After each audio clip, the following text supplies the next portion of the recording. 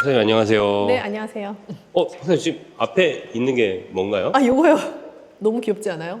뭐예요 저게? 뭐 같으세요? 강낭콩 같이 생겼는데. 오, 반쯤 맞췄어요. 이거는 동부라고 부르는 콩인데요. 동부요? 네, 이게 흰 강낭콩으로 볼 수 있죠. 처음 들어보세요? 동부? 동부 처음 들어보는 것 같아요. 아, 요즘 꽤 많이 쓰는 콩 종류 중에 하나예요. 이게 좀 건강에 좋고 그런 게 있나요? 뭐 사실은 콩 자체가 건강한 식재료이기는 하죠. 그래서 모든 콩이 밭에서 나는 뭐 소고기, 밭에서 나는 단백질 이렇게 부를 만큼 사실 우리가 뭐 땅에서 얻을 수 있는 것 중에서는 가장 단백질 함량이 높죠. 그리고 식이섬유도 많이 가지고 있고 지방은 적게 가지고 있고 또 각종 미네랄 종류도 많이 가지고 있으니까 대부분의 분들에게 콩은 권장할 만한 식재료죠. 제가 듣기로는 동부콩이 어떻게 보면 콩 종류잖아요. 그러니까 아까 말씀하셨던 뭐 식물성 단백질도 있고 팥이랑 좀 약간 비슷해 보이기도 하고 그런데. 모두 영양학적인 차원에서 보면 콩 자체는 팥보다는 단백질 함량이 더 높아요. 그래서 단백질, 식물성 단백질 함량이 높고 인과 칼륨의 함량도 꽤 높고 그래서 여기까지 이제 말씀을 드리면 이미 직감적으로 아시고 계시겠지만 좋은 식재료인 거는 사실인데 이제 신장 질환자 분들에게는 조금 조심해야 될 재료. 제가 조심하라고 말씀드리는 건 섭취하는 양을 정해놓고 드셔야 되는 식재료에 해당하는 거죠. 그럼 이 동부콩으로 저희가 알 수 있을 만한 요리나 그런 음식들이 있을까요? 콩밥을 상상하시면 이제 콩밥 안에 들어가 있는 콩 먹을 때 약간 딱딱하기도 하고 아유 뭔가 나는 썩 좋아하는 식감은 아니야 라고 하시는 분들도 동부콩으로 한 밥을 드시면 얘는 뭐 다르다 라고 생각하실 수 있는데요. 내 입에 들어왔을 때 씹히는 식감 자체가 콩보다는 팥에 가까워요. 그래서 이 요즘 팥이 앙금으로 원래 들어가던 뭐 찹쌀떡이나 모찌 같은 거에 팥이 가격이 너무 올라서 팥을 쓰지 않고 동부콩을 이용해서 앙금을 만드는 경우도 좀 있고요. 팥으로 앙금을 만들면 우리 입에 이렇게 기분 좋은 정도의 단맛이 나게 하려면 사실은 달게 하는 걸 많이 넣어야 돼요. 이제 동부콩은 자연적인 단맛이 좀 더 있는 재료이기도 해서 오히려 담백한 어떤 찹쌀떡 소를 만들 때 많이 쓸 수 있는 재료죠. 그럼 모찌나 이런 찹쌀떡에 들어가는 앙금 같은 경우는 팥이 아니라 동부콩이 많이 들어간다는 말씀이신 거죠? 브랜드마다 약간 다르기는 한데요. 팥을 100% 하는 브랜드도 있다고 생각하고요. 동부콩과 팥을 섞어서 쓰거나 혹은 전략적으로 동부콩을 더 많이 활용하는 브랜드들도 있죠. 근데 아까 방금 전에 동부콩 같은 경우는 이렇게 단맛이 좀 난다고 했었는데 그럼 그 단맛이 어떻게 보면 당뇨를 일으킬 수도 있지 않나요? 단맛 자체가 당뇨를 일으키냐, 뭐 혈당을 높이냐라고 이제 물으신다면 이제 질문의 의도에 따라 반은 예스고 반은 노일 수 있는데요. 콩 자체는 우리가 설탕을 먹는 것처럼 내가 단맛만 추출해서 먹는 게 아니잖아요. 이 자체가 가지고 있는 식이섬유도 먹게 되고 무기질도 먹게 되고 식물성 단백질도 당연히 같이 섭취하게 되기 때문에 그 단맛이 나는 재료라고 해서 반드시 당뇨에 걸리게 한다라고 생각할 수는 없죠.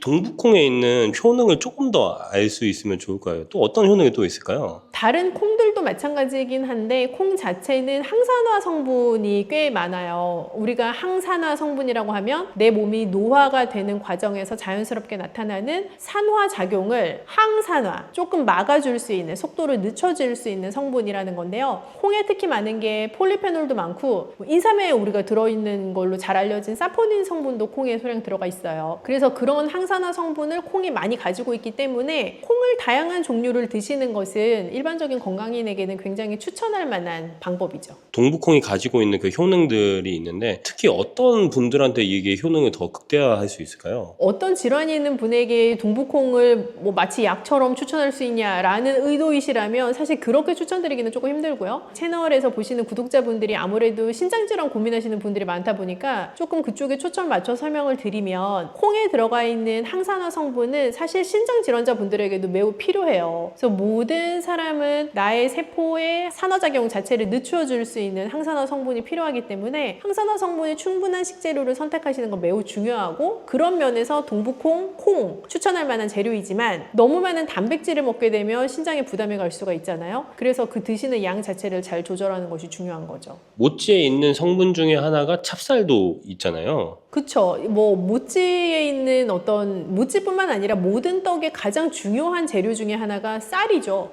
뭐 그게 맵쌀이 됐든 찹쌀이 됐든 하여튼 쌀 자체가 떡에서는 제일 중요한 재료죠. 쌀 중에서도 일반 쌀 말고 찹쌀을 많이 사용을 하는데 일반 쌀과 찹쌀의 그런 차이점이 있나요? 집에서 식사하실 때 그 밥 해 드시는 그 흰 쌀은 우리가 맵쌀이라고 부르는 쌀이고, 이제 떡을 만들 때는 보통 찹쌀이라는 쌀 종류를 많이 사용하게 되는데, 두 개의 쌀은 같은 흰 쌀이기는 하지만 가지고 있는 전분의 그 화학적인 구조 자체가 조금 달라요. 맵쌀은 아밀로즈라고 하는 전분을 많이 가지고 있고, 찹쌀은 아밀로펙틴이라고 하는 전분을 많이 가지고 있는데요. 두 개의 전분의 모양으로 보면 찹쌀을 구성하고 있는 아밀로펙틴이 가지가 더 많은 복잡한 모양을 하고 있어요. 그래서 찹쌀 먹었을 때 내 위에 머무는 시간이 좀 더 길고 소화되는 데까지 시간도 좀 더 넉넉하게 필요하게 되고, 그렇다 보니까 혈당의 상승도 조금 더 완만하게 해주는 효과가 있기도 하죠. 오히려 일반 쌀보다 찹쌀을 먹는 게 좀 더 당뇨에는 더 좋을 수 있다는 말씀이죠. 당뇨 관리에는 조금 더 도움이 될 수 있는데, 그렇다고 하여 항상 강조드리는 과량으로 드시면 안 된다. 나에게 허용된 양 안에서 비율을 좀 다르게 해서 좀 다양하게 움직여 보시는 게 좋겠다라는 생각이죠. 그 찹쌀에는 전통적으로 좀 몸을 따뜻하게 한다? 그런 말이 들었었거든요. 이게 과학적으로도 신빙성이 있는 말인가요? 몸을 따뜻하게 한다고 해서 뭐 체온을 올려줘요 라는 개념으로 접근하시기보다는, 한의학에서 몸을 따뜻하게 한다라는 개념은 몸에 좀 허해진 기를 보해주는 역할을 할 수 있다라고도 우리가 해석할 수 있겠는데요. 예전에 어떤 할머님들 같은 경우는 여름에 손주가 배앓이를 하면 찹쌀로 쓴 죽을 먹이는 경우가 있었어요. 이제 그런 경우 보면은 그 찹쌀이 아이의 뱃속에 들어가서 좀 오랫동안 머물면서 몸을 따뜻하게 든든하게 만들어주고, 그래서 그 배앓이를 조금 완화시켜주는 그런 효과를 노렸던 민간요법인 것 같아요. 그래서 그런 것처럼 찹쌀 자체가 좀 기력이 쇠해진 누군가에게는 약간 기력을 채워줄 수 있는 역할을 하는 음식이고, 오랫동안 포만감을 가져가서 든든함을 줄 수 있는 재료이다 보니까 뭐 한방에서 얘기하는 몸을 따뜻하게 해준다라는 개념과도 일맥상통한다고 봅니다. 그러면 그런 질환이 있는 사람들이나 좀 어디 아픈 사람들은 몸속에 오랫동안 포만감을 유지하는 게 어떻게 보면 중요한 요소가 될 수도 있는 거겠네요. 특히 뭐 당뇨가 있거나 하시는 분들에게 더 그럴 수가 있는데요. 우리가 빠르게 배를 부르게 하는 음식일수록 빠르게 배를 꺼트릴 수밖에 없는 요소를 또 가지고 있기도 해요. 그 혈당을 급격하게 상승시키는 음식은 그 혈당을 다시 급격하게 떨어지게끔 만드는 그 시간대도 되게 짧기 때문에, 나에게 포만감을 오랫동안 지속시켜 줄 수 있는 음식을 드시게 되면 내가 다음 음식을 찾는 데까지 시간도 아무래도 좀 더 넉넉하게 필요하게 되고, 내 몸 안에서 그 음식이 오랫동안 머물러 있으니까 혈당 자체가 좀 천천히 올라가는 그런 효과도 있죠. 모찌나 이런 찹쌀떡 같은 거가 좀 더 오랫동안 뱃속에 머물게 할 수 있기 때문에 간식을 먹을 때는 또 그런 게 오히려 더 추천이 될 수도 있을 것 같아요. 꼭 모찌나 찹쌀떡뿐만 아니라 대부분의 떡류들이 그런 특성을 가지고 있죠. 이제 뭐 대비 그러냐라고 하시면, 일반 우리가 그냥 제과점에서 살 수 있는 빵이나 과자류 대비해서는 떡류가 나의 뱃속에 좀 천천히 오랫동안 머물면서 혈당도 좀 완만하게 상승시켜주는 그런 효과가 있는 건 사실입니다. 그럼 마지막으로 만성질환이라고 할 수 있는 뭐 신장질환이나 그런 거가 있으신 분들한테 찹쌀과 뭐 동북콩이 들어가 있는 간식들을 드실 때 뭐 추천할 수 있는 말씀이 있으면 좋을 것 같아요. 늘 마지막은 양이죠. 섭취량이 제일 중요하고요. 내가 아무리 좋아하고 내가 정말 많이 먹을 수 있는 음식이라고 해도 그걸 한 번에 너무 많이 드시지 않고 정해진 양만큼을 드시고 멈춤할 수 있는 마음가짐, 그 태도, 그게 가장 중요하다고 생각해요. 그래서 떡을 정말 좋아하시는 분들도 찹쌀떡으로 치면 한두 개 정도의 분량 내에서 멈춰주실 수 있다면 또 좋은 간식이 될 수 있을 거라고 생각합니다. 선생님 안녕하세요. 네, 안녕하세요. 영양학 박사 그레이스입니다. 오늘도 먹을 거에 대해서 가지고 계신 모든 고민을 쏙쏙 해결해 드릴게요. 요즘 또 고구마철이 찾아왔어요. 완전 대표적인 겨울 간식이죠. 고구마가 이렇게 인기 있는 이유가 뭔지 아시나요? 맛있어서. 맛있어서. 근데 사실은 그냥 제가 혼자 생각에, 사실 고구마가 딱 맛있어지는 이 시즌이 우리나라 김장철이기도 하지 않수? 그러니까 뭔가 김치랑 잘 어울리는 간식이 괜히 좀 더 인기가 많아지는 것 같기도 해요. 고구마랑 김치가 엄청 궁합이 좋잖아요. 진짜 최고의 조합인 것 같습니다. 고구마의 좀 대표 영양소 몇 개 소개해 주시면 좋을 것 같아요. 일단 고구마는 의외다 싶으실 수 있지만 비타민C가 많고요. 고구마가 여러 색깔이 있다는 거 아시죠? 약간 노란색 나는 뭐 호박고구마도 있지만, 일반적인 고구마는 좀 더 흰색에 가까운 게 나기도 하고, 요즘은 보라색이 나는 자색고구마도 있잖아요. 그런 고구마들마다 약간 특징은 있지만, 우리가 일반적으로 아는 그 노란 고구마 같은 경우는 베타카로틴도 아주 풍부하죠. 그리고 공통적으로 색깔에 무관하게 식이섬유도 많고요. 찐고구마, 군고구마, 생고구마 이 세 가지를 비교해 봤을 때 어떤 게 좀 더 영양소를 많이 흡수할 수 있는지. 일단 다 똑같은 고구마인데 가장 큰 차이는 단맛의 차이일 거예요. 아마 다들 그렇게 생각하실 텐데 군고구마, 찐고구마, 생고구마가 있다면 이 순서대로 달죠. 군고구마가 제일 달죠. 찐고구마가 그 다음이죠. 생고구마는 사실 뭔가 엄청 달콤한 맛이 많이 나진 않잖아요. 그 말인즉슨 똑같은 고구마인데 어떻게 조리하느냐에 따라 이 고구마가 발산시키는 단맛이 굉장히 강도가 차이가 많이 나는구나 라고 생각하실 수 있을 텐데요. 군고구마처럼 요즘은 뭐 가정용 오븐도 많이 쓰시고 에어프라이도 많이 쓰시는데 낮은 온도에서 긴 시간 구워내는 그렇게 고구마를 조리를 하면 가장 달고요. 맛있고요. 혈당이 오르기가 쉽고요. 찐고구마는 그 다음이죠. 군고구마만큼 달지는 않지만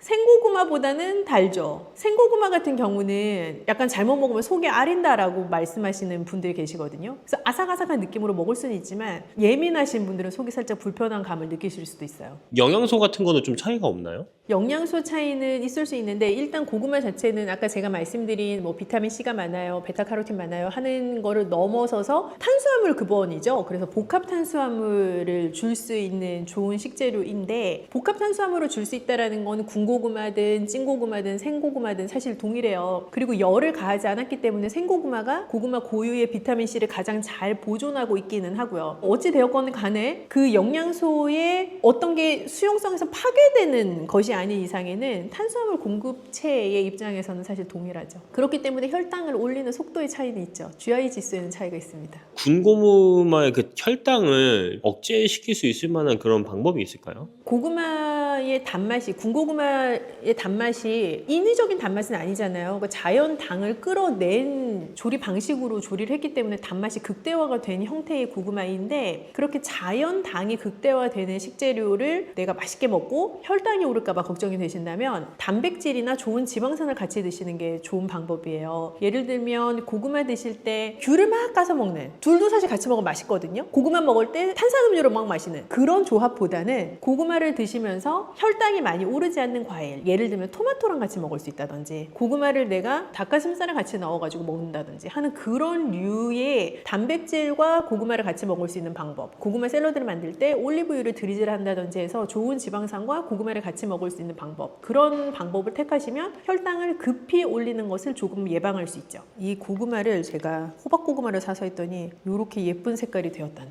이게 고구마 고구마 3분의 2 단호박 3분의 1이 든 건데 호박고구마를 샀더니 완전 색깔이 정말 호박 색깔이 됐어요. 그래서 오늘 이렇게 메쉬드 타입의 샐러드를 만들면 보통 마요네즈로 막 버무리시잖아요. 근데 마요네즈를 쓰지 않고 그릭 요거트로 버무린 그릭 요거트를 넣어서 만든 고구마 단호박 샐러드입니다. 단맛이 좀 줄어들 것 같은 그런 느낌이 드는데. 근데 제가 오늘 구울 때 아까 말씀드린 것처럼 군고구마처럼 만들어서 샐러드를 했거든요. 그래서 단호박도 에어프라이어에 굽고 고구마도 에어프라이어에 오랜 시간 구워서 일단 그 자체로 엄청 달콤했어요. 제철이니까 더 달콤한 맛이 많이 올라왔겠지만 그렇게 자연적으로 충분히 달콤한 재료였기 때문에 설탕도 올리고당도 그 어떤 당도 추가하지 않았고 심지어 소금을 넣지도 않았는데 매우 맛있다는 무슨 맛이 나나요? 그릭 요거트로 버무려서 막판에 살짝 요거트의 새콤한 맛이 올라오면서 달콤한 맛이 줄을 이루는데요. 얘를 만든 지 대여섯 시간 된 것 같거든요. 지금은 그릭 요거트의 새콤한 맛이 끝에서 좀 올라옵니다. 그리고 부재료로 캐슈넛이랑 건포도를 넣었단 말이에요. 씹히는 맛이 있어요. 건포도 씹히는 게 건포도가 조금 더 촉촉해져서 맛있네요. 근데 이런 것들이 시중에 있는 뭐 메시드 단호박 무스라든지 고구마 무스에 비해서 훨씬 더 좀 건강한 그거라고 볼 수 있는 건가요? 맞아요. 우리 시중에서 되게 쉽게 요즘은 제품을 구할 수 있어서 다 되어 있는 메쉬 타입의 샐러드가 많은데 그런 것들을 만들 때는 보통은 단짠단짠을 좋아하시기 때문에 마요네즈도 들어가지만 소금도 좀 많이 들어가게 되고 설탕이나 물엿같이 달게 하는 재료들도 추가되는 경우가 많아요. 그래서 메쉬 타입의 샐러드를 완제품 형태로 구입하실 때 뒷면의 영양 성분을 보시면 생각보다 원재료에 해당하는 고구마, 단호박, 감자 이런 비율이 높지 않네? 라고 생각하실 수 있을 것 같아요. 결국엔 오래 안 씹고 빨리 넘길 수 있는 음식인 거잖아요. 그래서 건포도나 견과나 크랜베리나 이런 것들을 넣어서 씹는 느낌을 계속 주시는 되게 중요해요. 근데 되게 좋은 질문이에요. 그 씹는 작용을 우리가 전문 용어로 저작작용이라고 부르는데, 저작작용을 충분히 할 수 있는 음식을 먹어야 포만감이 더 빨리 들어서 과다한 섭취를 방지할 수가 있거든요. 그래서 예를 들어 훌훌 마실 수 있는 뭐 쉐이크나 파우더 같은 거 흔들어서 먹을 수 있는 그런 식사 대용은 먹고 나도 배는 부른 것 같은데 뭔가 허전한 느낌이 드는 이유가 그 저작작용이 충분하지 않기 때문이에요. 근데 피디님 방금 말씀하신 것처럼 메쉬 타입의 샐러드도 뭐 물은 아니니까 당연히 씹기는 하지만 다른 음식들 대비 저작작용을 많이 하지 않고 넘길 수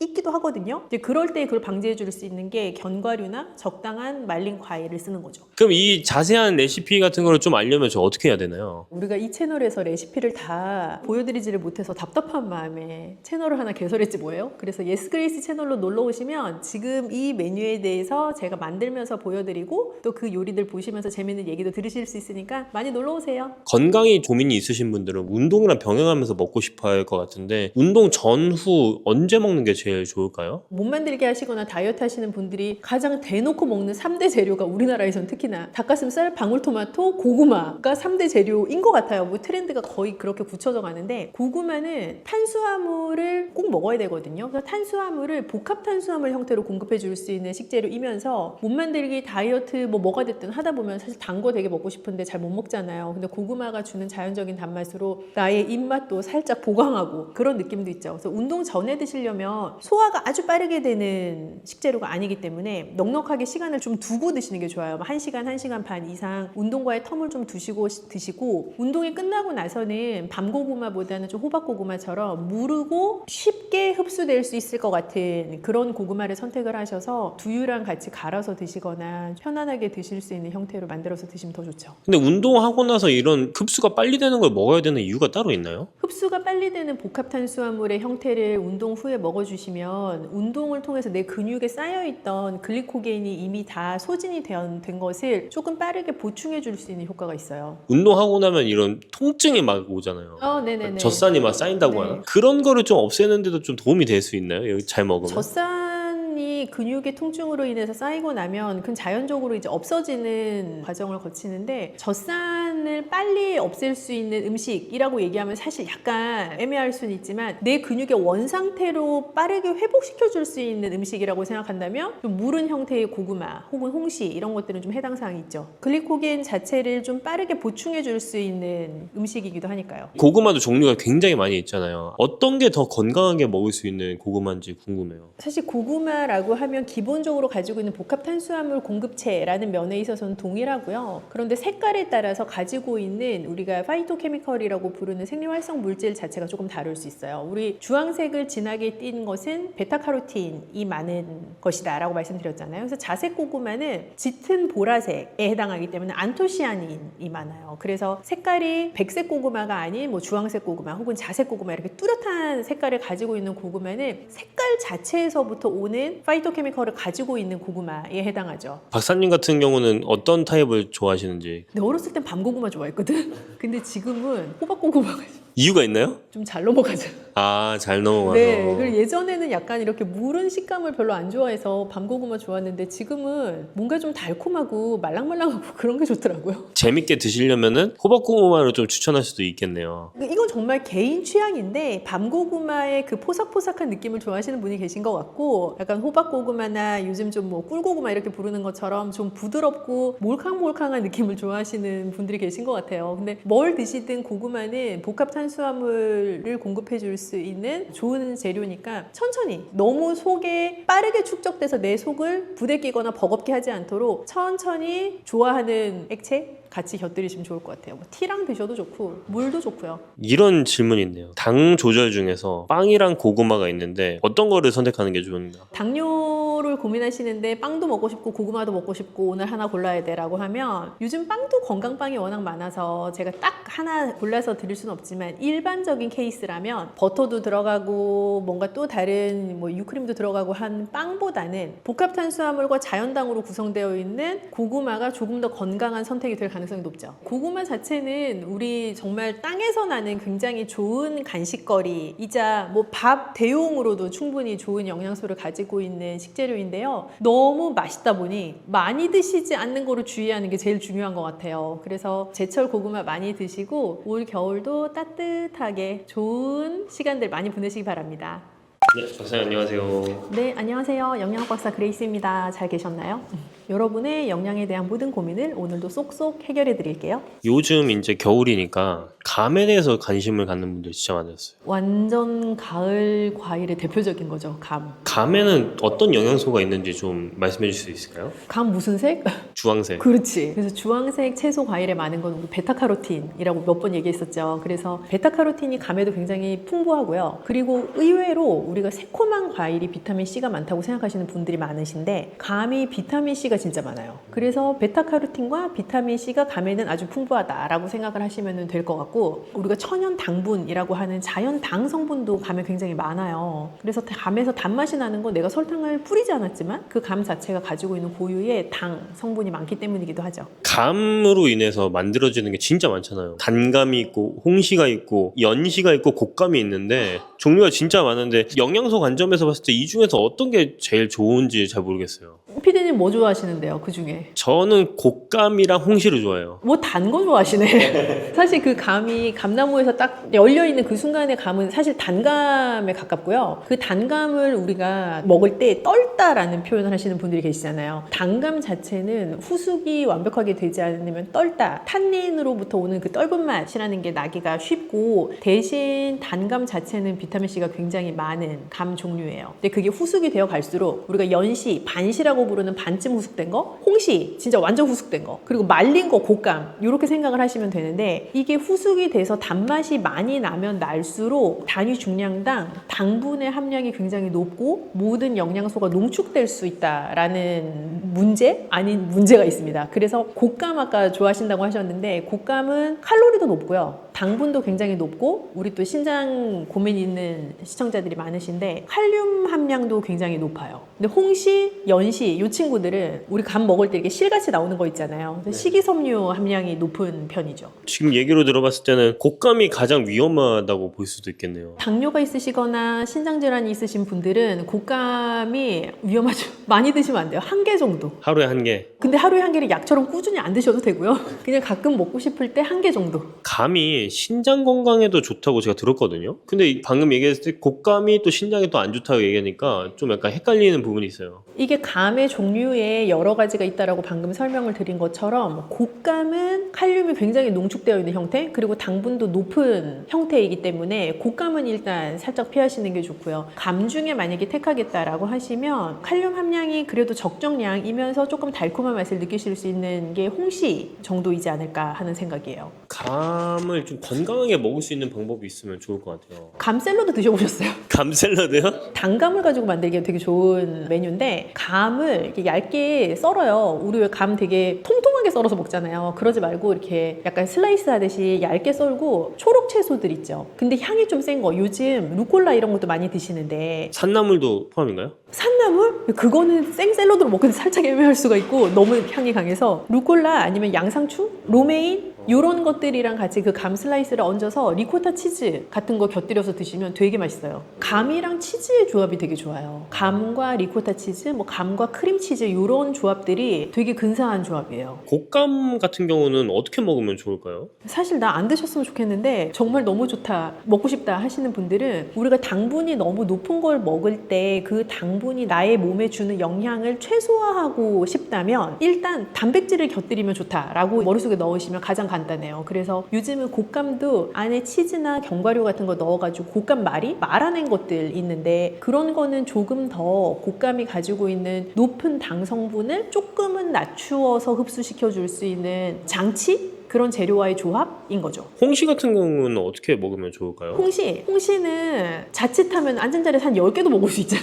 나만 그래? 그래서 그렇게 드시면 너무 위험하고 많이 먹어도 배가 썩 부르다는 느낌이 안 들 수가 있어서 약간 포만감을 주는 형태로 드시면 좋을 것 같아요. 제가 지금 가지고 나온 이 작자 미상의 음료가 오늘 만든 건데 홍시랑 두유를 간 거거든요. 홍시를 제가 냉동실에 넣어가지고 살짝 반쯤 얼렸다가 약간 해동된 것을 가지고 두유를 같이 넣어서 그냥 믹서기에 간 거예요. 근데 이게 맛은 홍시의 달콤한 맛이 다 나면서 두유가 들어갔으니까 일단 포만감이 있고 이렇게 홍시를 먹으면 사실 홍시 한 개를 먹어도 엄청 배부른 느낌이죠. 제가 오늘 만들 때 홍시 2개, 두유 1팩을 넣었는데 거의 한 3명이서 이렇게 사이좋게 나눠 먹을 정도의 양이 나오더라고요. 자세한 좀 레시피 같은 거는 박사님 따로 채널이 있다고 제가 들었거든요. 그 채널로 놀러 오시면 홍시 두유 이 드링크를 만드는 영상도 보실 수가 있고 또 더 건강하게 실제적으로 집에서 응용하실 수 있는 방법도 보실 수 있으니까 이 영상을 보시는 시청자분들도 놀러 오세요. 감은 운동 전이나 후에 언제쯤 먹는 게 제일 베스트일까요? 그거는 어떻게 보면 운동 전에 우리가 필요로 하는 영양소와 운동 후에 필요로 하는 영양소가 좀 차이가 있을 수 있는데 어쨌든 운동 후에는 나의 근육이 굉장히 힘을 많이 쓰고 에너지가 소진된 상태이기 때문에 내 근육에 있는 글루코겐을 좀 더 보충해 줄 수 있는 에너지원이 좋거든요. 그래서 빠르게 흡수될 수 있는 탄수가 좋을 수가 있어요. 그래서 감 종류 중에서는 홍시 운동 후에 가장 좋다고 생각이 되고 운동 전에는 내 에너지를 단백질 충분히 먹고 또 내 에너지를 서서히 끌어올려 줄 수 있는 과일이 좋기 때문에 감 종류 중에서는 단감이 좀 더 적합할 것 같아요. 당뇨가 있는 사람들도 있을 수 있잖아요. 당뇨가 있는 사람들 같은 경우는 양이 어느 정도 먹으면 좋을지 궁금해요. 어르신들 중에 감을 좋아하시는 분들이 매우 많으셔서 앉은 자리에서 여러 알을 드실 수 있다고 저에게 자랑처럼 말씀하시는 분들이 계신데 감은 혈당을 꽤 많이 올릴 수 있는 과일이거든요. 그래서 하루에 반 개에서 1개 정도가 맥시멈이라고 생각하고 드셔야 돼요. 그 정도 양이 적당합니다. 단감이 됐든 곶감이 됐든 홍시가 됐든 상관없이 딱 그 정도 양은 네, 그 정도 양을 추천드려요. 감은 변비에 좋은 거예요, 나쁜 거예요? 그것도 또 감의 종류에 따라 살짝 차이가 있을 수 있어요. 감 먹으면 변비 오니까 많이 먹지 말라고 하는 어른들도 계시거든요. 그건 단감을 많이 먹었을 때 그럴 수 있어요. 단감의 떫은 맛을 내는 탄닌이라는 성분은 변비를 유발할 수 있는 성분이기 때문에 단감을 너무 많이 드시면 변비를 겪으실 수 있고요. 반대로 홍시에는 실같이 보이는 식이섬유가 많이 들었잖아요. 그래서 홍시는 감으로 인한 변비를 유도하기보다는 오히려 나의 변비를 조금 해결하는 데 도움을 줄 수 있는 형태의 감인 거죠. 그러면은 단감 같은 걸 좋아하는 분들이 꽤 있을 수 있는데 아까 말씀하셨듯이 그 탄닌으로 해서 떫은 맛이 많이 나잖아요. 이런 건 좀 중화시킬 수 있는 방법이 있을까요? 일단 후숙을 하셔야 돼요. 그래서 잘 익히면 일단 탄닌 성분이 줄어들고 떫은 맛이 덜 나기 때문에 익혀서 드셔야 되는데 보통 냉장고에 그냥 그대로 넣으시는 분들 계신데 그렇게 하는 것보다 약간 서늘한 곳에서 후숙이 된 상태로 냉장 보관을 하시면 훨씬 달콤하게 단감을 드실 수가 있고 빨리 먹고 싶어 막 그러면은 이게 되게 웃긴 방법이라고 생각하실 수 있지만 종이봉투 같은 데에 사과하고 감을 같이 넣던지 바나나하고 감을 같이 넣으면 감이 빨리 익어요. 왜 그렇게 되는 건가요? 그러니까 이게 에틸렌 같은 성분들이 서로 나오면서 감을 좀 후숙시키는 성분이 그 봉투 안에서 돌게 되면서 감이 좀 빨리 익게 되는 효과가 있죠. 곶감을 만들다 보면 흰색 가루가 생기잖아요. 겉에 네, 그거 곰팡이 아닌가요? 곶감을 보면 요즘 뭐 명절에도 곶감 세트 많이 선물 받으신 분들도 계실 텐데 어떤 곶감은 되게 반짝반짝하고 감 색깔인데 어떤 건 이렇게 하얗게 표면에 껴있단 말이죠. 그러면 사람 눈이 또 보기가 좋은 거를 원하니까 이 전자에 해당하는 반짝반짝을 원하실 수 있지만 옛날 어른들이 말씀하셨죠. 그 허연 게 단 거라고. 하얀 곶감이 더 달다고. 네. 그게 근데 사실 맞는 말씀이세요. 이게 당분이 밖으로 나오면서 당화된 일종의 결정체 같은 형태거든요. 그래서 그게 뭐 곰팡이 이상한 거 이런 거 아니고 당분이 밖에 이렇게 끼어있는 상태라고 생각을 하시면 되는데 만약에 그게 깨끗한 흰색이 아니고 푸르딩딩하거나 시큼한 냄새가 나거나 하면 의심해 보셔야 되지. 이미 자연적으로 나온 당 성분 자체가 겉에 결정화되어서 생긴 거예요. 제가 마지막으로 좀 궁금한 건 아까 홍시를 갈아서 이렇게 두유랑 넣어서 만드셨다고 했잖아요. 그게 무슨 맛인지 좀 궁금하거든요. 이거 제가 아까 엄청 먹어가지고 처음 만들었을 때보다 두유 맛이 덜 나고 홍시 맛이 더 나는데요. 처음에 만들었을 때에는 홍시의 달콤함이 있는 상태에서 두유 맛이 강하게 나서 약간 두유의 여러 맛이 있잖아요. 그것처럼 홍시 두유가 있다면 이런 맛이겠다라고 생각했는데 지금은 홍시 맛이 더 많이 나요. 두유의 끝맛이 지금 입안에서 살짝 나는 정도예요. 그러면 당뇨 있으신 분들한테 훨씬 좋은 걸 수도 있겠네요. 당뇨 있는 분들한테는 홍시 드시는 방법 중에 이 완전 추천. 근데 신장질환 있으신 분들은 단백질 섭취 조금 조심하셔야 되니까 이제 그런 경우에 좀 조심하셔야 되죠. 너무 많이 드시지 말고. 그러면 신장이 좀 안 좋으신 분들 같은 경우는 두유를 넣지 말고 그냥 갈아서만 드시는 것. 갈아서만 드셔도 되고 그럴 때 약간 레몬즙 같은 거 조금 추가하시면 홍시의 달콤한 맛이 더 확 하고 올라와서 좀 더 맛있죠. 건강하게 드시고 싶은 분들한테 마지막 한마디 해주시면 좋을 것 같아요. 여러분 제가 늘 말씀드리잖아요. 뭘 먹는지도 중요하지만 어느 만큼 먹는지 중요하다고 늘 말씀드리죠. 감은 반 개에서 1개 정도 그게 적당한 양이다 생각하고 즐겁고 재미있는 감 생활하세요. 기호에 따라서는 전복 내장을 넣은 전복죽을 좋아하시는 분도 계시고 전복 내장을 넣지 않고 그냥 하얗게 끓인 전복죽을 좋아하시는 분도 계신데 이건 정말 기호의 차이이니까 드시는 분의 기호를 잘 맞춰서 끓이면 이제 드시는 분께서 더 맛있게 드실 수가 있겠죠. 안녕하세요. 영양학 박사 그레이스입니다. 그 전복 영양 음식으로 너무 잘 알려 있는데 구체적으로 전복에 어떤 효능이 있는지 그런 거 좀 알고 싶어요. 진짜 전복만큼 사실 보양 재료로 여겨지는 게 더 있을까요? 되게 많은 보양 재료가 있지만 아마 앙케이트 하면은 탑3에 드는 것 중에 하나 아닐까 싶어요. 전복. 우리나라 사람들의 머릿속에 굉장한 보양 재료로 인지가 되어 있고 전복 자체는 사실은 바다에서 나는 재료이긴 한데 거의 땅에서 나는 삼이랑 비슷하다라고 할 만큼 아주 추앙받는 보양 재료죠. 근데 그도 약간 그럴만한 게 단백질 함량이 높은 재료인데 지방 함량은 굉장히 낮고 맛 자체가 일단 고급스러운 고소함이 있잖아요. 그래서 사실은 남녀노소 거의 가리지 않고 그 맛을 싫어하는 사람은 거의 없는 것 같아요. 그렇다 보니 맛이 좋아야 뭘 먹고 효과도 있을 거잖아요. 많이 드실 수 있는 기호도를 가지고 있는 식재료, 몸에도 좋은 재료, 그렇다 보니 더 좋은 보양 재료라고 여겨지는 것 같아요. 그 전복을 그 맛으로도 드시는 분들이 있고 좀 환자분들도 굉장히 많이 드시잖아요. 병우 회복에는 사실은 굉장히 좋은데 그 이유가 단백질 함량이 높고 지방이 낮다라고 말씀드렸는데 소화는 또 잘 되고요. 그런데 단백질 함량이 높은 재료이면서도 무기질을 같이 굉장히 고함량으로 가지고 있는 재료인 거예요. 그런 재료는 사실 흔치가 않아요. 그래서 무기질 중에서 아연도 굉장히 높고 셀레늄도 높고요. 면역력을 높여줄 수 있는 영양소는 전복이 일단 다 갖고 있어요. 그래서 아프다 하면 우선 면역력이 저하됐겠구나 라는 생각을 하게 되고 당연히 소화가 잘 되면서 면역력을 증강시켜 줄 수 있는 재료면 좋은데 전복이 다 가지고 있는 거죠. 그럼 이런 아연 셀레늄의 효능이라고 하는 거는 면역력이라고 볼 수 있는 건가요? 맞아요. 면역력이라는 것은 굉장히 복합적인 어떤 인간의 신체를 보호하고자 하는 기능 중에 하나인데 우리가 면역이라는 단어로 간단하게 표현하지만 면역력이라는 것을 나타낼 수 있는 데에는 굉장히 다양한 면역 세포가 존재를 해요. 그래서 면역 세포들이 만들어지는 것, 작용하는 것, 그 면역 세포가 제대로 잘 싸워줘야 되는 그 모든 기능을 하는 것에 이르기까지 전복에 충분하게 들어가 있는 아연이나 셀레늄 같은 영양소가 곳곳에서 역할을 하게 되죠. 그래서 그런 영양소를 전복이 많이 가지고 있기 때문에 면역력 증강에는 아주 좋은 재료예요. 그 상처 회복이랑 감염 예방에도 좀 도움이 되나요? 그렇죠. 우리가 면역력이 떨어지게 되면 상처가 나도 잘 아물지를 않아요. 그래서 아이들 같은 경우에 예를 들어서 밥을 잘 안 먹고 뭐 편식하고 몸이 약한 아이다라고 하면 조금만 놀이터 가서 넘어져도 그 상처가 빨리 안 나아요. 근데 그거는 나이가 들어서도 좀 마찬가지일 수가 있는 게 젊었을 때는 어디 가다가 툭 부딪혀서 피가 나도 금방 그 피가 지혈이 되고 그 상처가 봉합이 되는데 자연적으로 나이가 들면 들수록 상처가 나고 나면 잘 안 아물고 계속 덧나고 그 위로 다시 염증이 발생하고 하는 케이스들이 있잖아요. 그런 게 기본적으로 내가 피부가 약해졌나 봐. 그런 개념보다 더 상위로는 면역력이 떨어져서 그런 거죠. 그리고 제가 듣기로는 이제 전복에 요오드가 좀 들어있다고 들었어요. 네, 전복 자체가 전복이 주로 먹고 사는 게 미역이거든요.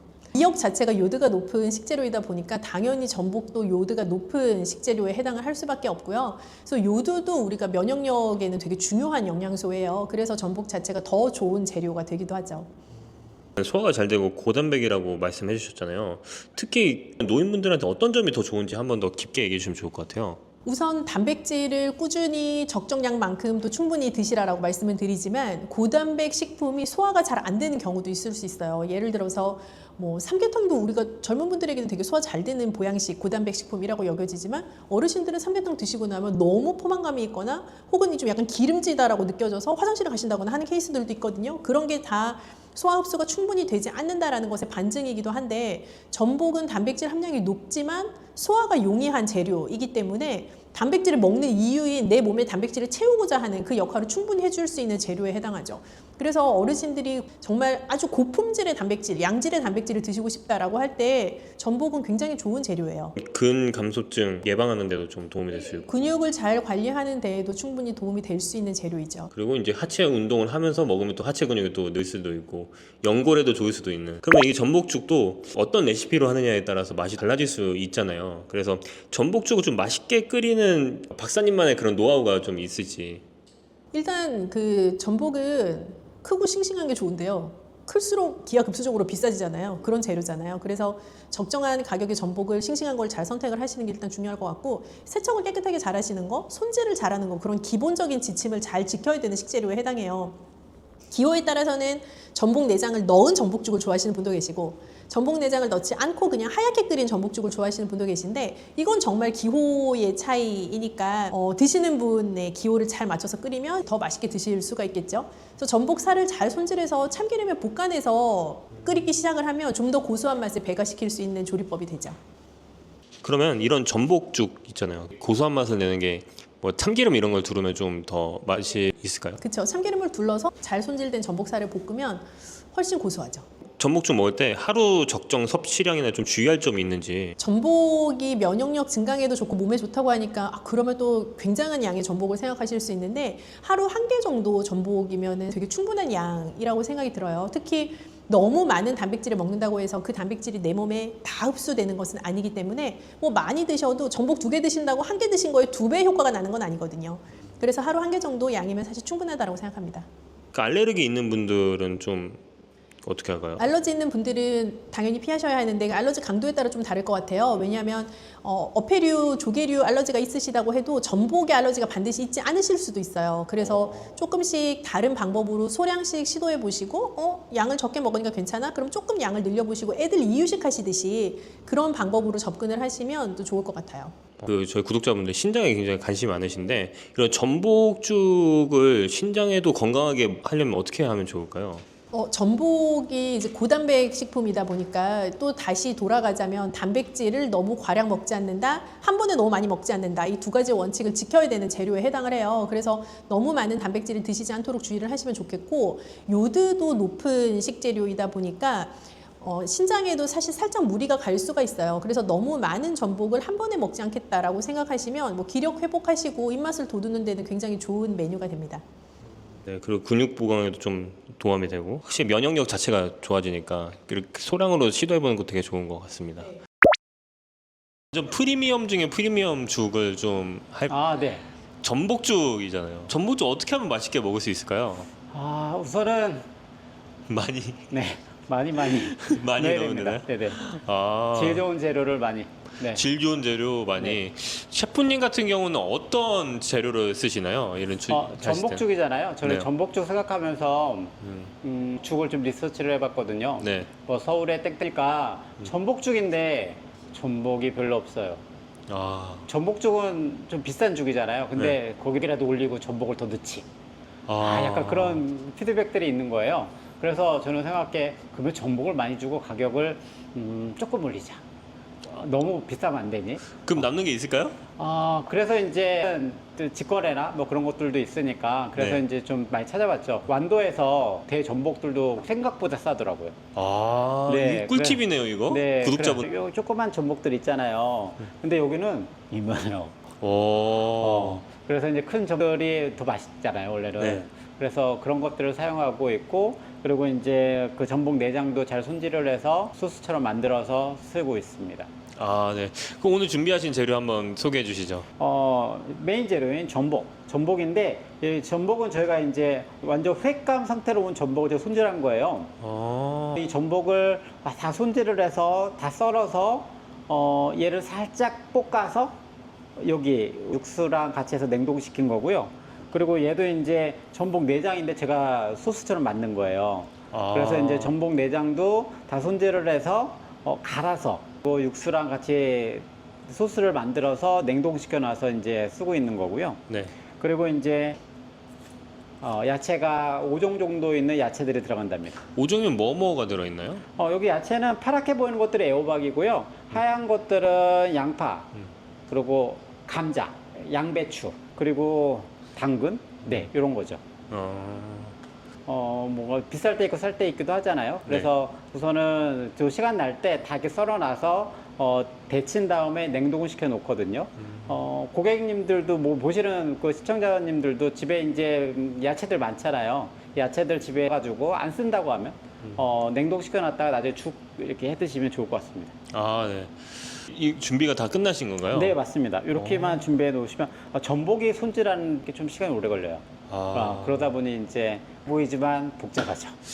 그러니까요. 이거 만들기 쉽지 않을 것 같은데요. 네, 이 그렇죠. 손질한 거. 네. 한번 보여주시죠. 네, 우선은 이 육수를 이제 한 컵 반 정도 분량으로 붓게 됩니다. 그리고 야채는 반 컵 정도. 반 컵.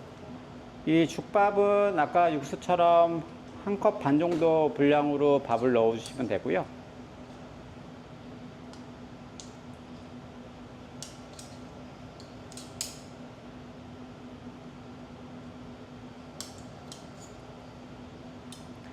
그리고 이제 여기서 약간 그 키포인트가 하나가 있긴 한데, 여기는 네. 전복이랑 네.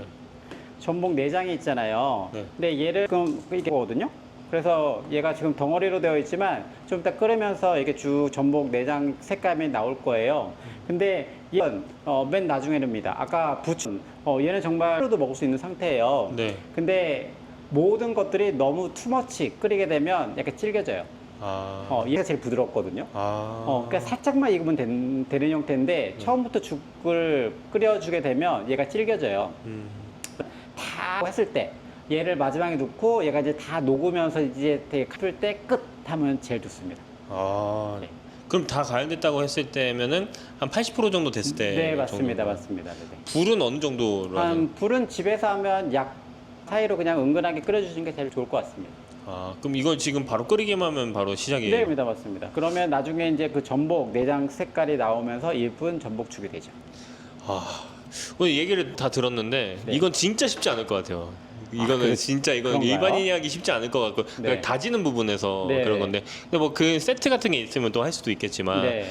근데 이거를 그래 따라해 보시는 분들이 있을 것 같거든요. 이 네, 네, 레시피를. 네, 네. 근데 이 따라해 보지만 그 맛이 안 날 수도 있는 거죠. 오리지널에 그럴 수 있죠. 셰프의 맛이 안 날 수도 네, 있는 네. 거잖아요. 이럴 때는 또 오리지널 맛을 또 먹어봐야지 진짜를 만들 수 있으니까 네, 네. 여기 한번 와보시는 게 좋을 것 같아요. 네네. 한번 오세요. 여기 혹시 어디에 있나요? 저희는 지금 강원도 원주에 있고요. 네. 네, 위치하고 있습니다. 혁신도시. 네. 그럼 여기 죽집 이름이 혹시 태평죽이라고 합니다. 태평성대 할 때 태평. 맞습니다. 맞습니다. 태평죽. 네. 여기 그 배민으로도 시킬 수가 있나요? 여기? 네, 배민도 되고요. 당연히 쿠팡이츠 주문도 되기도 하고요. 네. 밑에 있으면 그 포장 주문도 되기도 하고 여기 직접 오셔서 매장 크니까요. 오셔가지고 제가 직접 만든 죽을 드셔도 됩니다. 네, 좋습니다. 그러면 한번 기대해 보겠습니다. 어떤 네. 맛일지.